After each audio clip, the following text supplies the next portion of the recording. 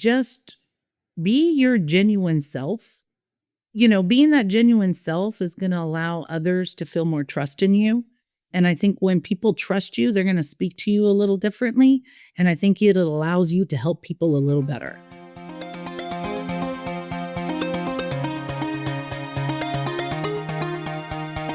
Hey everyone, it's Amy Lynn Durham, and you're listening to Create Magic at Work. Create Magic at Work is on a mission to equip senior leaders with tools they need to be a true quantum leader and actually understand what that means. Improve employee engagement, retain top talent, and transform your workplace culture to have less drama and stress. So let's start making magic. Hey everyone, welcome back to another episode of Create Magic at Work. And today, if you're a longtime listener or a friend or former colleague of me and the show, you will recognize this guest that I have here today with me. It is Jenn Ayala, with over 25 years of pioneering experience in human resources and people operations. Jenn is a resourceful, goal-oriented professional committed to cultivating high-performance organizational cultures and delivering frictionless employee experiences.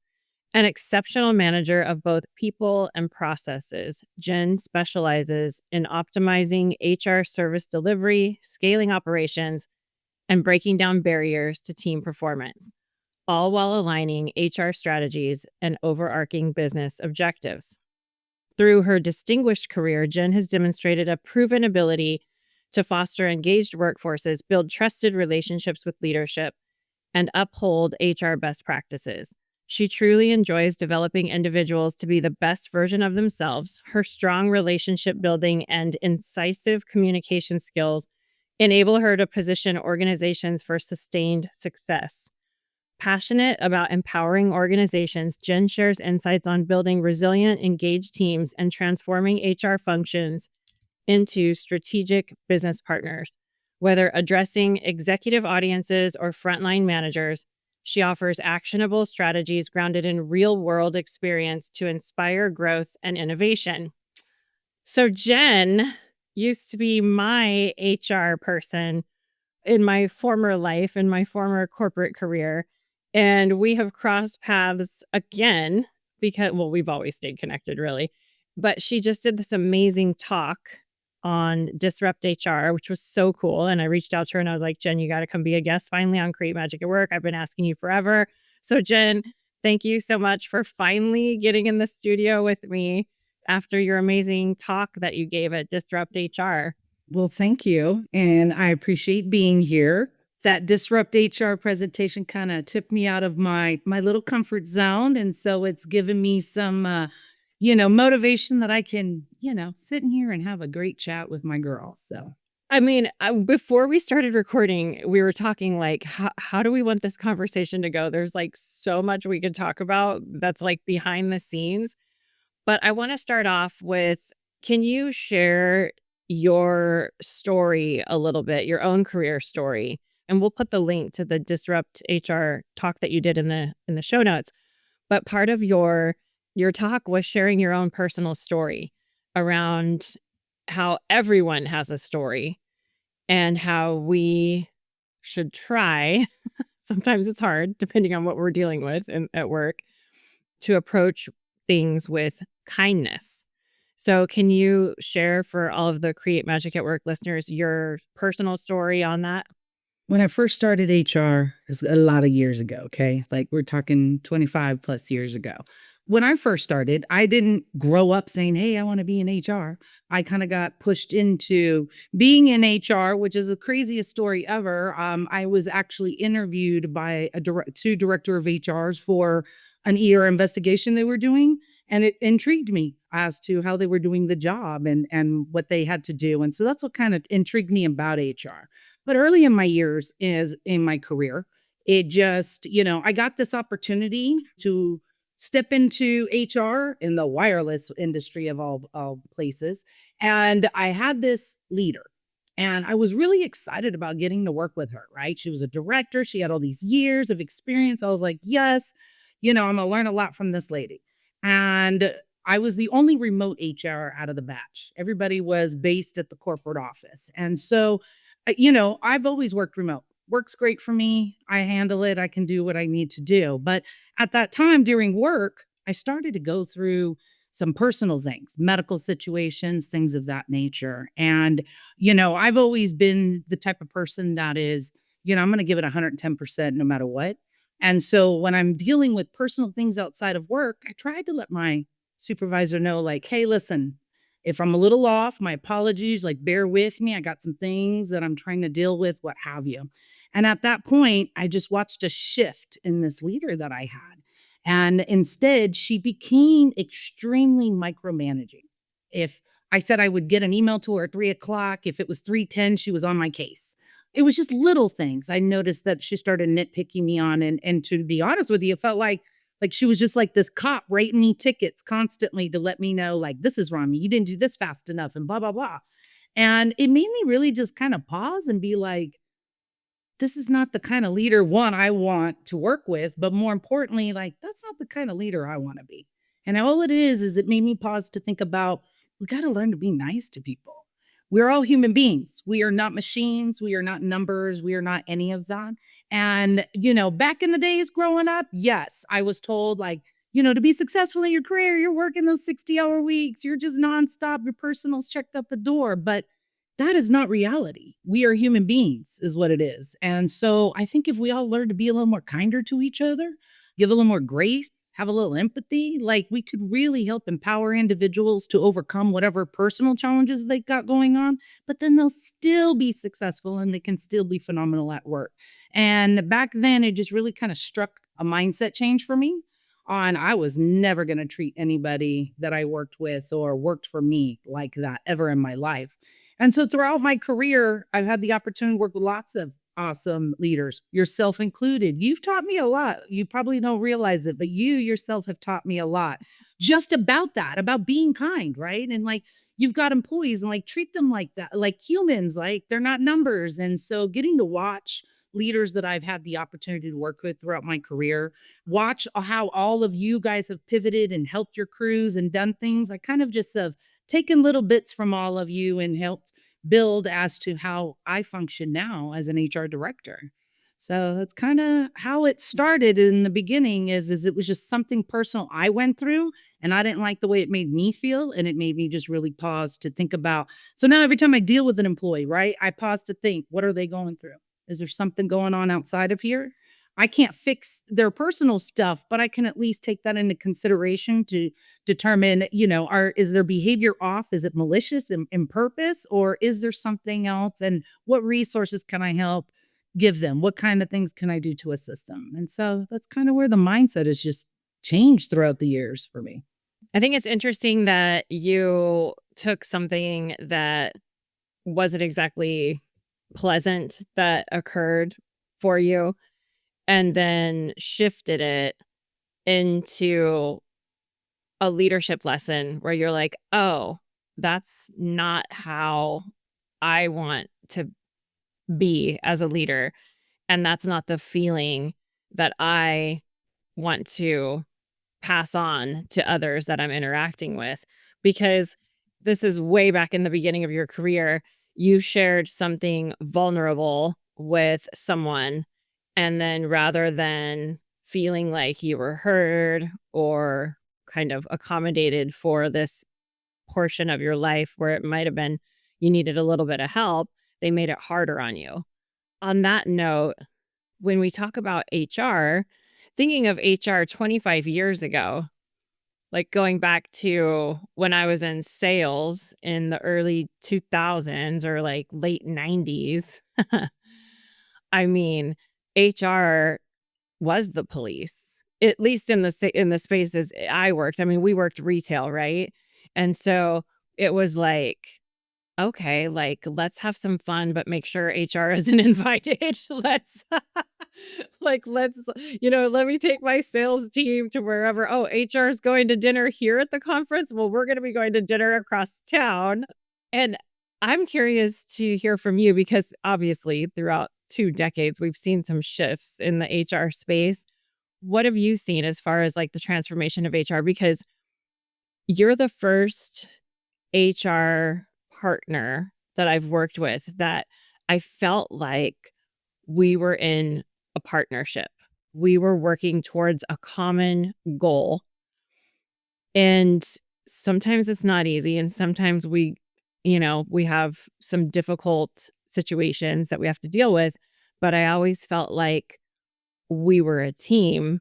And that was the first time in my career, I think, that I've felt that with HR. I mean, granted, I started in like retail sales in the 90s. So I don't know what other organizations or, workplaces are like. But yeah, tell me how you've seen HR grow throughout the past few years. Yeah, I have definitely seen it grown. I'm happy to see pivots. There are still some that are just the HR police, you know what I mean? And that's okay. They're all about the processes and like I'm just administrative and I push this along. I think in HR you got different aspects of it. Not everybody likes all parts of HR. Some just want to do this, some just want to do that. But I think what people need to realize more than anything is HR is about the people. Nowadays, I see online, right? HR is not your friend. They're out to get you and this and that. And it really breaks my heart when I see that because talk to anybody I've ever worked with, like I've never come across I'm here to get you.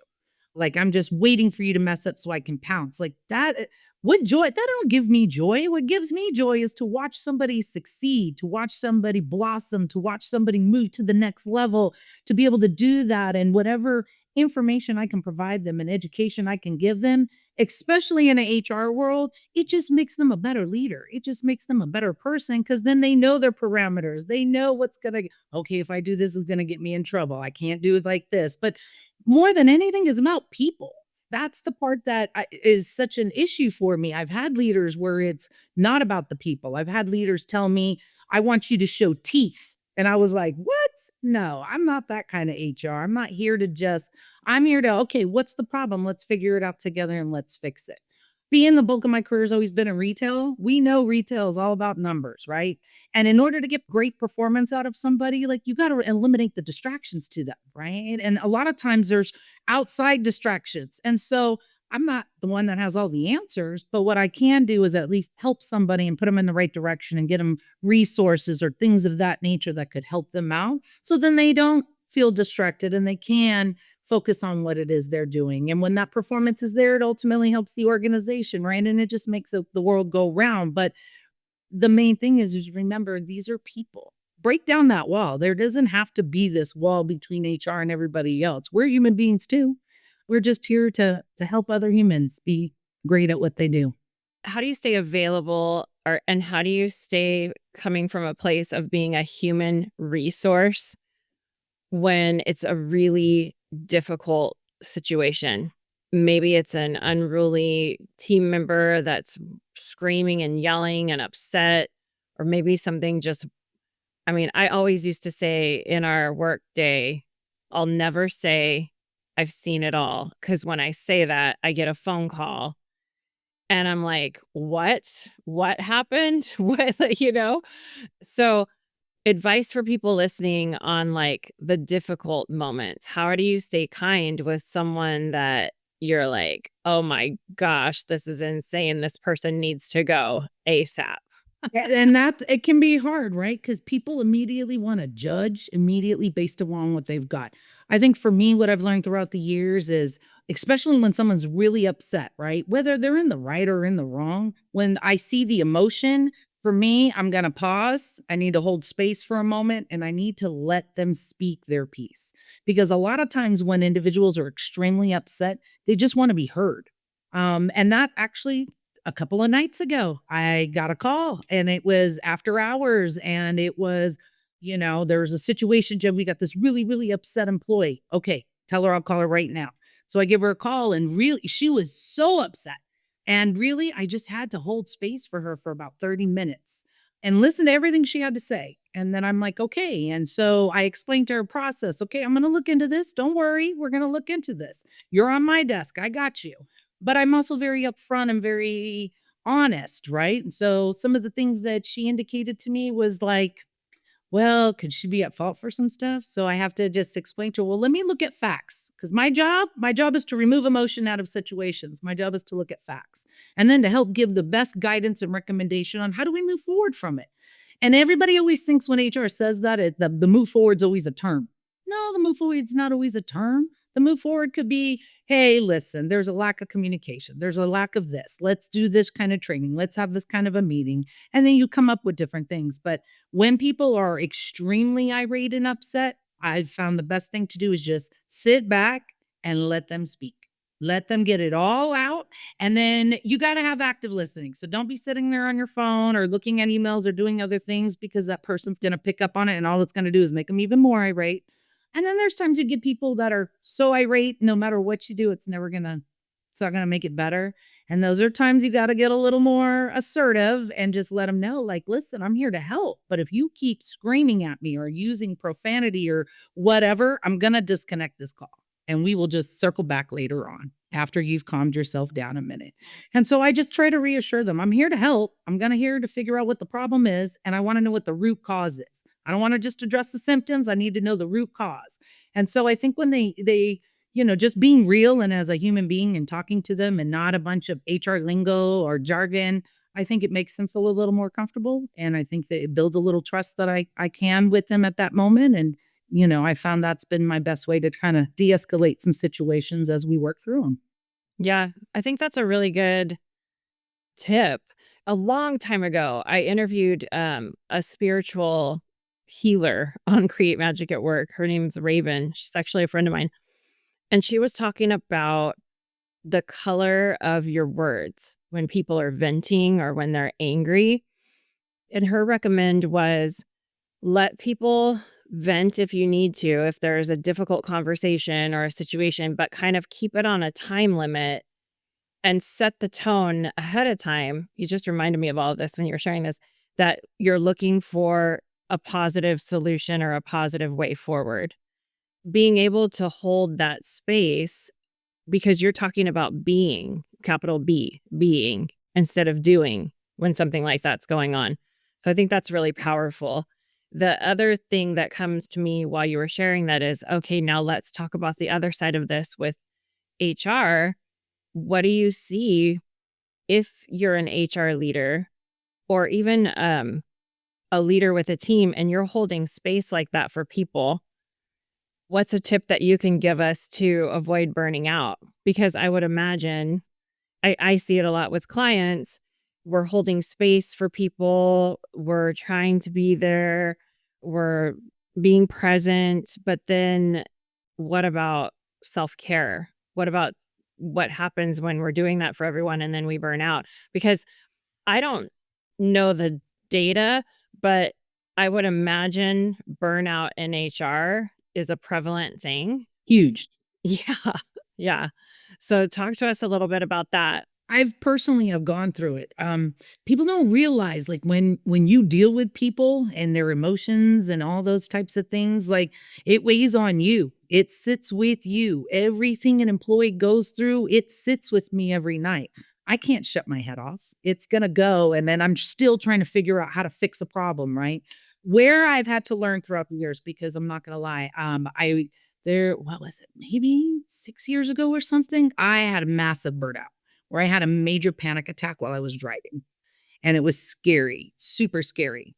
And it was just everything just piling on me. And this was like, right after big COVID, after a year of being in it is when it hit. And for me, what I've had to learn to do, and this is where I give you props, which you probably don't realize, you've taught me a lot about self care, about it myself, right? From meditating to journaling to just finding space. Like I build in my calendar every single day 5 minutes. Because I live by a calendar. 5 minutes. Go stand outside and just get sun on your face, Jen. Just sun on your face with nothing else. Don't not on a phone and nothing. Just doing little things here and there. Even if it's 5, 10 minutes for yourself, you have to disconnect. I'm not gonna lie, at the end of the day, yeah, I really don't have the urge to have conversations with humans.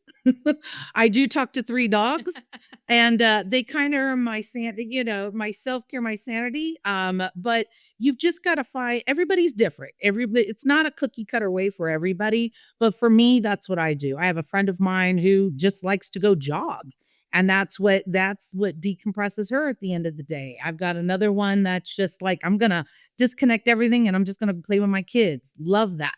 So it's just reminding ourselves, like, because we'll get consumed 24/7. Like it doesn't ever shut off in HR, I feel like. But I think the best thing to do is to make sure you build out that self-care. So right now, like even today, what do I got planned on a Friday? A massage at the end of the day because that's my self-care. Love it. It's been crazy all week and I was like, nope, the one thing I'm looking forward to is this at the end of Friday. So it's doing those kind of things for yourself, making sure you build in time for yourself because if your cup's not full, you can't pour into other people. And I learned that the hard way. I was trying to pour into other people when my cup was like barely full or barely even with anything in it. And it'll burn you out. I'm constantly reminding my own current crew, it can't be nonstop. You will burn yourself out. I don't want you to go through what I myself have experienced. So I appreciate that they hear me and we all laugh and joke and we share our different things that we do to decompress what we deal with on a weekly basis. Because sometimes if you add up what we dealt with in a week, it could be a lot. Hey everyone, Amy here. Let's talk about work realities for a second. Whether you're dealing with a tough boss, struggling with team miscommunication, feeling stuck in decision making, let's be real, work drama exists and it's exhausting. But it doesn't have to be this way. At Create Magic at Work, we help leaders like you cut through the chaos, build next level communication skills, and make better, faster decisions without the stress spiral. Whether you're leading a team or just trying to keep your sanity at work, we've got your back. We coach executives and teams like yours to develop interpersonal savvy, drive engagement, and bring your vision and purpose to life so work actually feels energizing again. Imagine that. More engagement, more productivity, less drama. Our executive coaching team has been in your shoes. We've led teams, navigated workplace challenges, and know what it takes to help you succeed and achieve your goals. Real experience, real talk, and real results. If you're thinking, yes, Amy, we need this at my work, then let's talk. Click the link in the show notes and let us help you and your teams become a high-performing, engaged, and productive force of clarity and calm. I'll see you in the Zoom room. Let's throw the stress and drama out the window. Click on the link in the show notes.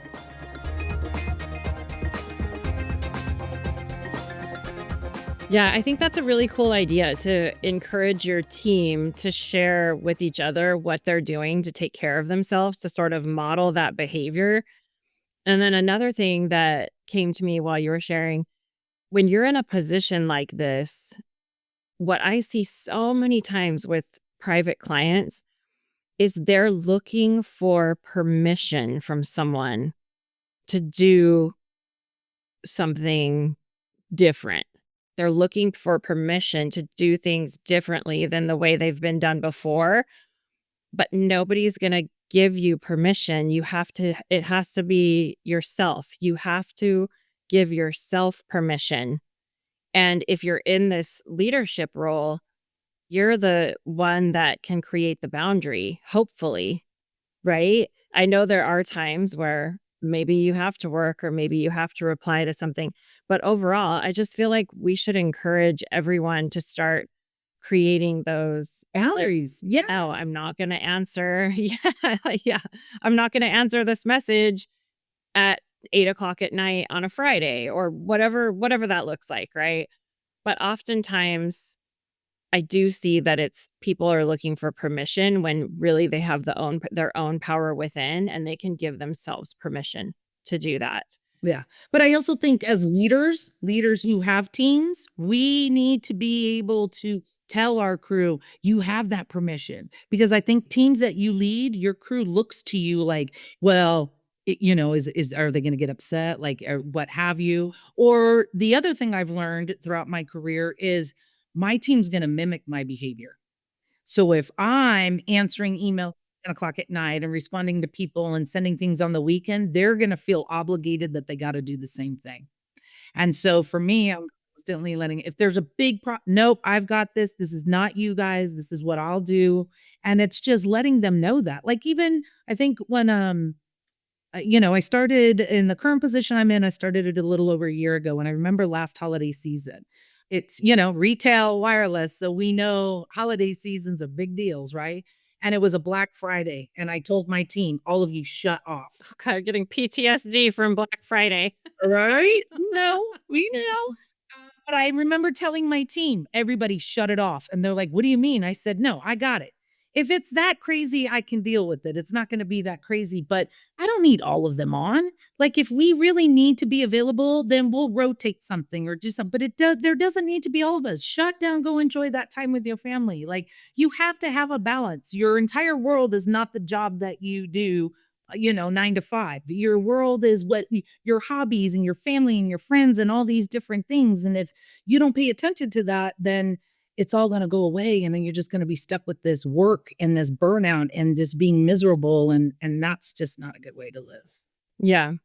What are you seeing with the newer workforce in HR? Like, what is a Gen Z HR leader? What are the differences between like a Gen X HR leader and a Gen Z HR leader? The way they communicate, I think, is a little different. Nothing in a bad way. It's just the way that their communication style is different, right? Like certain generations prefer, let me just send constant emails. Newer generations, I feel like all I do is I get Teams messages, boom, boom, boom, fast, quick. Just here's a punch of it and go. I'm all for that. I can move quickly with that. But some other individuals prefer, no, I want it this way. I need to have it in an email. And so I think it's just we all got to learn. There's too many generations that are in the workforce right now, and everybody likes what they like. I think everybody just needs to learn to figure out what works, right? Like my staff knows, like if I need Jen right away, sending an email, good luck. She's probably going to get to see it at the end of the day when she gets through it all. But if I need her fast, I'm going to give her a text or a call, or I can send her that Teams message and she'll respond to me in minutes. So I think the newer generations coming in, they move fast. They like that instant communication in an app and as something of that nature. From leading their crew, they are a lot more empathetic to that work life balance versus my generation is a little more like, well, no, you really should work. And I'm like, no, listen to these newer generations. Like they're making some sense over here. So I think it's just there's things that could be learned from everybody. I just think people need to be a little bit more open minded and take time to hear each other and understand the why behind that thought process or why they think this is a better form of doing something. And I think there's tons we can all learn from one another. But if we get narrow minded and just think it's just this one way, we're never gonna accomplish anything. Yeah, so good. So good. Because I remember 15 years ago, maybe everyone complaining all the time about the millennial employee. Oh God, these millennials. And there was always something like, it was like constantly in the meeting room, boardroom conversation, the millennial, oh, they're a millennial. And now I see a lot of the workplace humor, about Gen Z versus Gen X versus millennial versus boomer.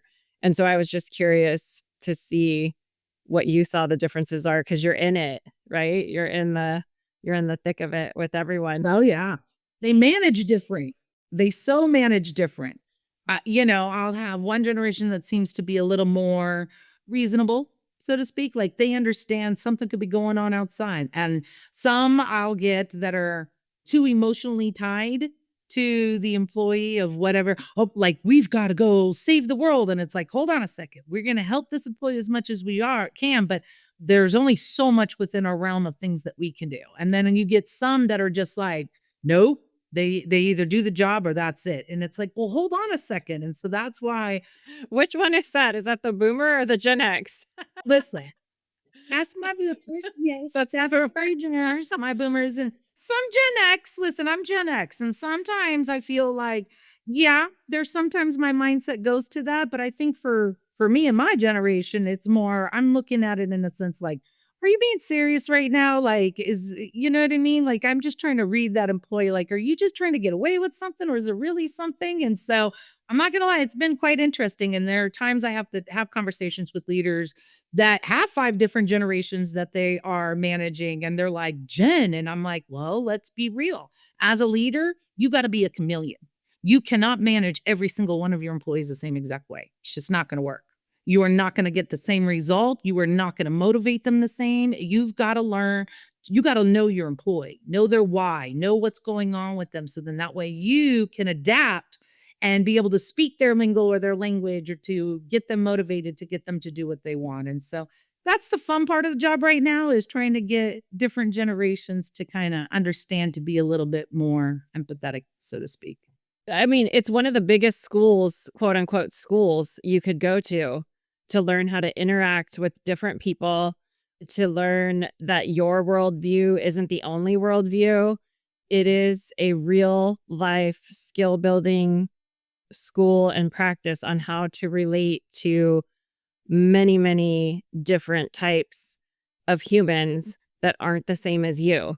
And if you look at it from a leadership lens in that way, like, oh, this is my practice on connecting and on understanding that my worldview isn't the only worldview, that people have different. Part of your talk with Disrupt HR was be kind, but the next sentence behind that was because everybody has a story. So approaching each person that you're speaking to, like, there's a story. Everybody has a story. Everybody's gone through something. That's the wise and compassionate leader. That's the just like me, this person is just trying to avoid some pain, or just like me, this person wants to experience happiness in life. Just like me, this person has a story. So I think that practice, and if we view it as a practice rather than like, oh gosh, I have to like learn how to approach it. But now it's like, no, the skills you take in communication from these types of interactions, in being able to connect with a diverse groups of people, are a huge life skill that you can take anywhere. If you could offer one piece of advice after everything we've talked about, be kind, we've talked about hold space, we've talked about everyone has a story, and so many other things. But if you could leave everyone listening with like one piece of advice, what would it be? Just be your genuine self. You know, being that genuine self is going to allow others to feel more trust in you. And I think when people trust you, they're going to speak to you a little differently. And I think it allows you to help people a little better. And you don't have to put on a front just because you're the leader at work. And I watch so many people do this all the time. Like, I've got to put the work hat on, and this is who I'm going to function in this way. And I really tell people all the time to just be you. So then when you're having conversations, they're authentic conversations and somebody doesn't think they're getting some other version of you. Because then when you are able to give advice and to give guidance, like, they're going to take it and they're going to, probably do something with it. But if they feel like, oh, she's got her HR work hat on, it's kind of like, goes in one ear and out the other. And I think people just need to learn to slow down a second and again, just be kind. Just remember you're dealing with a human being in front of you. These are not machines. And I think if people stop to think about how they would want to be treated and then they turn around and treat others like how they would want to be treated, it's like old saying. What is it back in the days? I can't even remember it right now. But like, treat others like how you want. That is what people need to do nowadays. Yeah, do unto others as Thank you. yeah. So do unto others as you would have done for you. Yes. Be kind, do no harm. Yeah, those are all sort of like the basic things that run through all the different religions in the world too. And that's one of the, bases of spiritual intelligence, right? Okay, I'm gonna pull a card for everyone listening Oh, yes. from my journal prompt card I deck. love these cards. I do them with my team. Yeah, they're just like a cool tool to use, like to spark conversation. Okay, let's see what we get. Oh my gosh. We haven't gotten this all year, by the way. We got inspiring others. How cool is that for this conversation? So we got inspiring others. I make it a point to deliver good news in the workplace. I love this for the conversation today. I make it a point to deliver good news in the workplace. So, Jen, you get to answer a question for everyone on the fly. One last piece of wisdom that you get to share. Tell all of us a way that we can deliver good news in the workplace. How can we celebrate the success of others? How can we recognize someone that maybe is contributing to the success of the team? What are a couple of ways that we can do that this week? I'll tell you what I do when I have team meetings. We do this every team meeting we have. We open up the meeting with praises. The first 5 minutes of the agenda is always praises. And so when we talk about that, it's praise whoever, even if they're not on our call, like if we're having a department call and they're praising somebody in operations or finance, I will deliberately send that message to that person and be like, shout out to you. My crew gave you praises today in this meeting and emphasize what it was on. But I think that's what it is, finding time because we move so fast when we're always trying to fix problems and do those kinds of things. You've got to carve out time to actually have praises. And so at the start of a meeting and then also in chats, right? In the morning, it's like, hey, here we go, guys. Let's get ready to do this. Or if somebody's done something fantastic, I'm going to tell the entire world that they've done something fantastic. And the best part and the best time to do it is when they least expect it. So that to me, I think my advice to everybody would be don't hold on to it. Even if it's something little and you heard somebody say something awesome or recognize something awesome in somebody else, don't hold on to it. Just send them a quick message.